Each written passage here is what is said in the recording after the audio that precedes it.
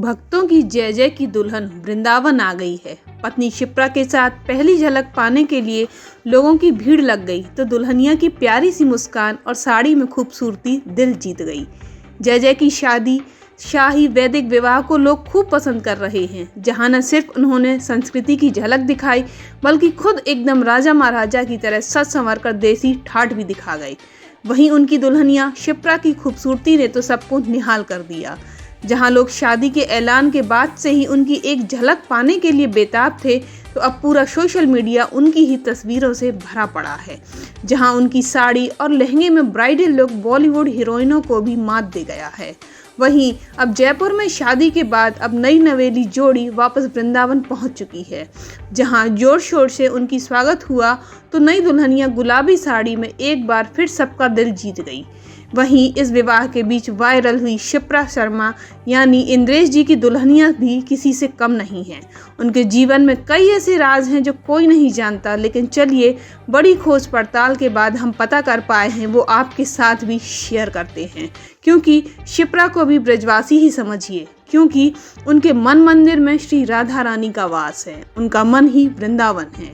तो जानिए जय जय की दुल्हनिया को। जहां तक शिप्रा की बात है तो सभी जानते हैं कि कथावाचक इंद्रेश उपाध्याय की पत्नी का नाम शिप्रा शर्मा है।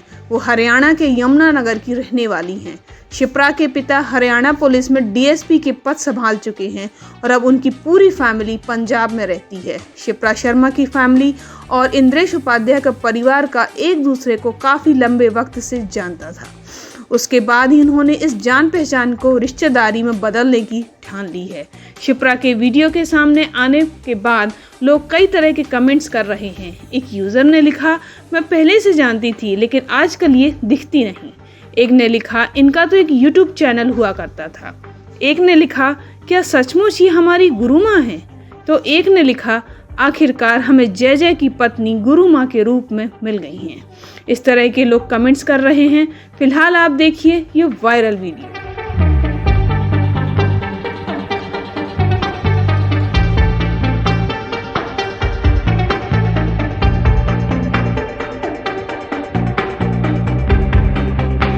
इस वीडियो के बाद लोग गूगल, इंस्टाग्राम, यूट्यूब हर जगह बस एक ही चीज़ सर्च कर रहे हैं, इंद्रेश उपाध्याय की दुल्हन कौन है।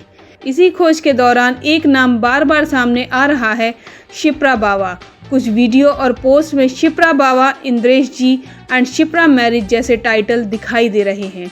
लोग अंदाज़ा लगा रहे हैं कि शायद वही दुल्हन हो, क्योंकि कार्ड में पूर्व डीएसपी लिखा है और वीडियो के विवरण में भी डीएसपी की बेटी जैसे कीवर्ड्स मिल रहे हैं।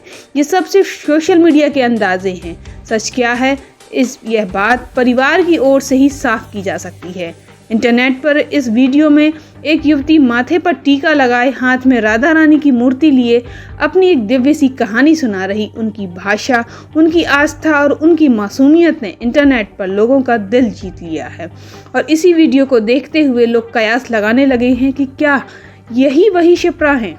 वीडियो में युवती कहती हैं, पहली बार आई थी ना, मैं गोवर्धन परिक्रमा के लिए जा रही थी, मैं पैदल चल रही थी, मैं और लड्डू गोपाल साथ में थे। रास्ते में लोग मुझे देखने लगे तो मैं डर गई। मैंने कहा, साथ चलो ना, मैं डर रही हूँ। तभी एक लगभग 5 साल का लड़का आया, मेरा हाथ पकड़ा और मेरे साथ चलता रहा। थोड़ी देर बाद पीछे से किसी लड़की ने उसे आवाज़ लगाई, बस कर, कितना चलेगा, छोड़ दे हाथ। मैं पीछे मुड़ी और वहाँ कोई भी ना था। वह कौन था? बिल्कुल कृष्ण भगवान, राधा रानी ने ही उन्हें भेजा था। इसी वजह से लोग लगातार अंदाज़ा लगा रहे हैं कि क्या ये वही शिप्रा हैं जो इंद्रेश उपाध्याय के जीवन में दुल्हन के रूप में आ गई हैं। वहीं कथावाचक इंद्रेश कुमार की इतनी धूमधाम से होती शादी देखकर एक के मन में एक ही सवाल है कि आखिर इंद्रेश उपाध्याय की नेटवर्थ कितनी है, वह एक कथा की कितनी फीस लेते हैं। अगर आपके मन में भी कुछ ऐसा ही सवाल है तो चलिए जानते हैं कि इंद्रेश उपाध्याय का एक कथा का कितना चार्ज करते हैं। तो आपको बता दें कि मीडिया रिपोर्ट्स के मुताबिक इंद्रेश उपाध्याय की कथा का खर्चा 11,000 से लेकर 51,000 तक होता है। फीस कम रखने से कम बजट वाले आयोजकों को भी आसानी से आध्यात्मिक कार्यक्रम करवाने का मौका आसानी से मिल जाता है। उनकी आय का मुख्य साधन उनके भजन गायन और कथावाचन है। देश भर में युवाओं के बीच लोकप्रिय 28 वर्षीय कथावाचक इंद्रेश उपाध्याय का जन्म 7 अगस्त 1997 को वृंदावन में रमण रेती क्षेत्र में हुआ था। घर का माहौल भक्ति से भरा था क्योंकि उनके पिता भी जाने माने कथावाचक रहे हैं। बचपन से ही इंद्रेश का मन भगवान कृष्ण और शास्त्रीय संगीत में लगता था। कहा जाता है कि 13 साल की उम्र में उन्होंने गीता के कई अध्याय कंठस्थ कर लिए थे। समय के साथ उनका भजन और कथा कहने का अंदाज इतना पसंद किया जाने लगा कि सोशल मीडिया पर उनकी फ़ैन फॉलोइंग लाखों में पहुंच गई। इंस्टाग्राम और यूट्यूब पर उनके लाखों फॉलोवर्स हैं।